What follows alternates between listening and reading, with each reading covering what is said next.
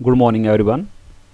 आज हम पढ़ेंगे fly ash, chemical composition of fly ash, physical properties of fly ash, classification of fly ash and uses of fly ash. Let's study one by one.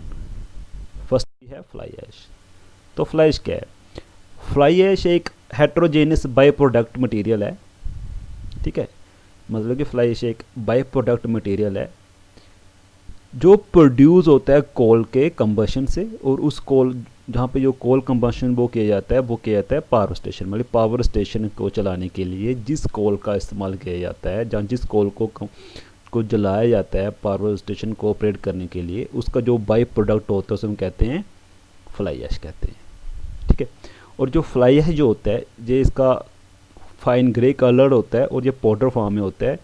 उसके जो particles जो रहते हैं वो स्फेरिकल ग्लासी फॉर्म में होते हैं, और इसके जो पार्टिकल्स जो होते हैं वो फ्लू गैसेस के साथ, मतलब कि जब कंबशन होगा तो वहाँ से धुआं निकलेगा, उसमें जो इसके पार्टिकल्स होंगे वो साथ राइज कर जाते हैं। तो हम क्या करते हैं, कुछ वहाँ पे एक्सट्रैक्टर इंस्टॉल कर देते हैं जिसमें क्या रहता है, जो फ्लू गैस होती है वो उसमें से पास कर जाती है, और जो वहाँ पे फाइन पार्टिकल्स होंगे फ्लाई ऐश के वो उसमें ट्रैप्ड हो जाते हैं। ठीक है, फ्लाई ऐश में क्या होता है कि पोज़ोलाना कंटेंट पाया जाता है। ठीक है, जिसमें कुछ लाइम भी डाला पाया जाता है। तो इससे क्या होता है, वो सीमेंटेनियस मटेरियल बिहेव करता है। तो अगर हम फ्लाई ऐश का इस्तेमाल करें कंक्रीट्स में, माइंस में या लैंडफिल में, डैम्स में, मतलब कि जो फ्लाई ऐश है इसका इस्तेमाल हम कंक्रीट्स में, माइंस में, लैंडफिल्स में या डैम्स में कर सकते हैं। When used in concrete mix, अगर हम फ्लाई ऐश का इस्तेमाल कंक्रीट मिक्स में करें, फ्लाई ऐश क्या करती है, कंक्रीट मिक्स की स्ट्रेंथ को, सेग्रीगेशन ऑफ कंक्रीट को एंड ईजियर टू पंप, इन सबको क्या करती है, इम्प्रूव करती है। कहने का मतलब है कि अगर कंक्रीट मिक्स में हम फ्लाई ऐश डाल रहे हैं तो जो उसका कंक्रीट मिक्स की जो स्ट्रेंथ जो होगी उसको इम्प्रूव करेगा, जो सेग्रीगेशन होगी, जो पार्टिकल्स आपस में बिखरेंगे उनको बिखरने से बचा के रखता है, और पंप करना भी काफ़ी ज़्यादा ईजी हो जाता है, मतलब ल्यूकिफिकेशन भी प्रोवाइड करती है। तो ये हमारे पास एक पिक्चर है यहाँ पे फ्लाई ऐश की जो आप देख पा रहे हैं। नेक्स्ट हमारे पास आता है chemical composition of fly ash. तो केमिकल कंपोजिशन की बात करेंगे, कंपोनेंट जो इसमें पाए जाते हैं। फर्स्ट हमारे पास है सिलिकॉन डाइऑक्साइड है, जिसे हम SiO2 से डिनोट करते हैं। और बिटुमिन्स कोल की बात करें तो वहाँ पे 20 to 60% पाया जाता है, और सब बिटुमिन्स कोल की बात करें तो वहाँ पे 40 to 60% के बीच रहता है। और लिग्नाइट कोल की बात करें तो वहाँ पे 15 से लेके 45 के बीच रहता है। इसी तरह से हमारे पास एल्युमिनियम ऑक्साइड है जिसका केमिकल नेम Al2O3 के नाम से है। इसकी जो परसेंटेज है बिटुमिन्स कोल के बीच वो 5 to 35 के बीच रहती है, सब बिटुमिन्स के बीच 20 to 30 एंड लिग्नाइट के बीच 20 to 25। आयरन ऑक्साइड की जो परसेंटेज है बिटुमिन्स कोल में 10 to 40%, सब बिटुमिन्स कोल में 4 to 10% एंड लिग्नाइट में 4 to 15%। इसी तरह से कैल्शियम ऑक्साइड की बात करेंगे जहाँ पे CaO की, तो बिटुमिन्स में 1 to 12%, सब बिटुमिन्स में 5 to 30% और लिग्नाइट में 15 to 40%। Loss on ignition LOI, मतलब लॉस ऑफ इग्निशन की वजह से कितना लॉस रहता है। बिटुमिन्स कोल जो रहता है 0 to 15%, सब बिटुमिन्स को रहता है 0 to 3% एंड लिग्नाइट को रहता है 0 to 5%। नेक्स्ट हमारे पास आता है physical properties of fly ash. अगर हम फिजिकल प्रॉपर्टीज़ में सबसे पहले हमारा आता है फाइननेस ऑफ फ्लाई ऐश। तो जो फाइननेस है फ्लाई ऐश की वो ASTM मेथड से अगर हम चेक करें तो उसको चेक करने के दो मेथड है, एक आता है ड्राई मेथड, दूसरा आता है मतलब सीव करना पड़ता है हमें, ड्राई मेथड या वेट सीविंग करनी पड़ती है उसमें। तो हमें क्या करना पड़ता है कि फ्लाई ऐश को सीव करने के लिए 45 माइक्रोन का सीव लेना पड़ता है, और उसको हम उसमें सीव करेंगे, और जो 45 माइक्रोन के ऊपर फ्लाई ऐश रिटेन कर जाएगी उसको हम कैलकुलेटर करेंगे। फर्दर फाइननेस, अगर हम दोबारा फाइननेस मेज़र करनी है फ्लाई ऐश की तो हम ली-चार्टरली मेथड या फिर बेलाइन स्पेसिफिक सरफेस मेथड का इस्तेमाल कर सकते हैं। अगर मैं specific gravity of fly ash की बात करूँ यहाँ पे, तो जो स्पेसिफिक ग्रेविटी है फ्लाई ऐश की उसकी जो रेंज है वो लो वैल्यू रहती है 1.9 फॉर द सब बिटुमिन्स, और सब बिटुमिन्स ऐश है तो इसकी जो स्पेसिफिक ग्रेविटी है वो 1.90 रहती है। इन केस अगर आयरन रिच बिटुमिन्स ऐश है तो उसकी जो हाई वैल्यू रहती है फ्लाई ऐश की वो रहती है, स्पेसिफिक ग्रेविटी कितनी रहती है 2.96। इसी तरह से अगर मैं करता हूँ यहाँ पे size and shape of fly ash की। तो जो फ्लाई ऐश जो एक वेरी फाइन मटेरियल है, और इसकी जो पार्टिकल साइज़ रेंज है वो 10 to 100 माइक्रोन तक रहती है।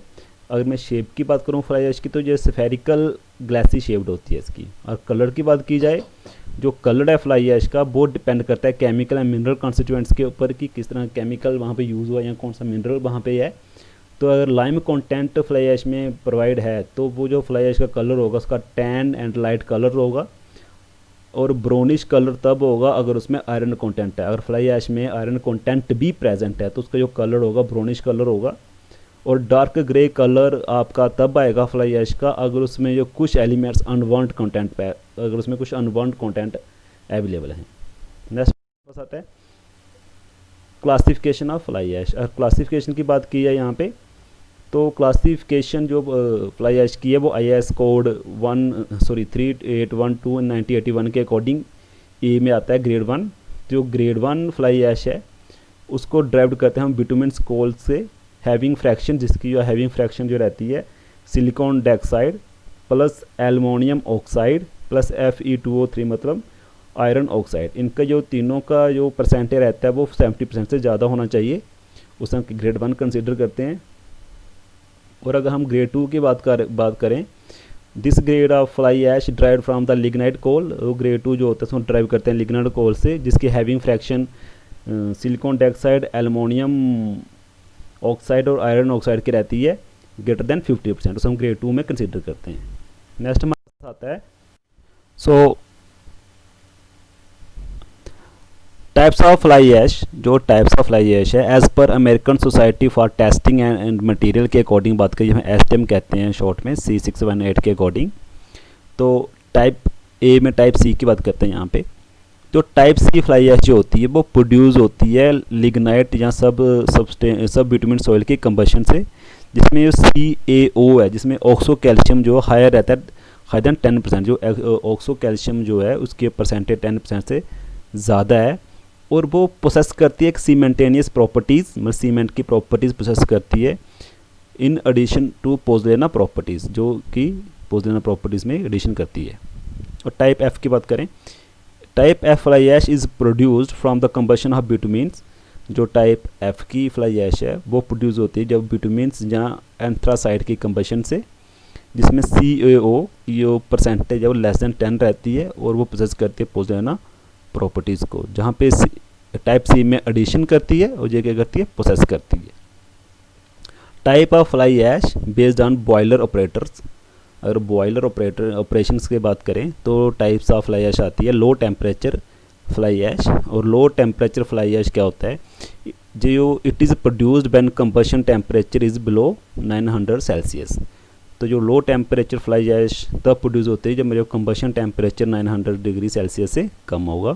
और हाई टेम्परेचर फ्लाई ऐश कब जनरेट होती है, जब तब जनरेट होगी जब मेरा टेम्परेचर होगा कंबशन का वो बिलो होगा 1000 डिग्री सेल्सियस।